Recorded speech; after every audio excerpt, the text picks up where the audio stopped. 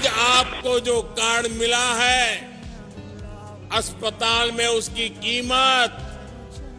5 लाख रुपए के बराबर है।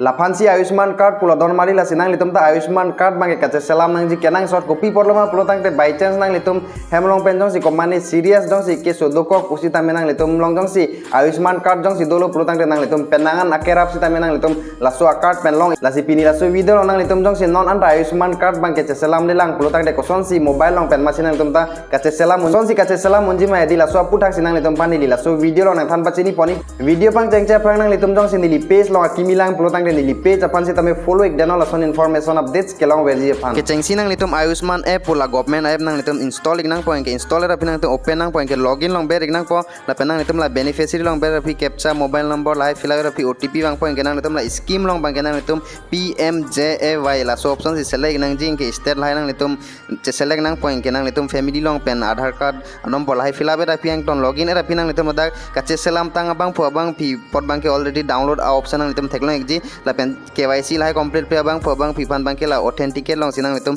bering nang pola dak ber phi aadhar number pinang pohala so bang phobang phi aadhar number ke la photo upload option sita me theklong ek point ke hala mobile number pinang point ke relation ko pilom hedi hala select nang ton details fill up phi KYC bang ke successfully submitted po la sila puson sinang litum ta ayushman card bang ke methang mobile long pen kaselam nang ji a process mata method bang ke la puhen lo jong si ko pine problem do kok mate nang litum jong ji kaselam thekte der protang nang litum nilifan messenger long sita me na arju ignore la pen la son information updates ke lang verji apan nang litum nili page apan si tame follow ik danon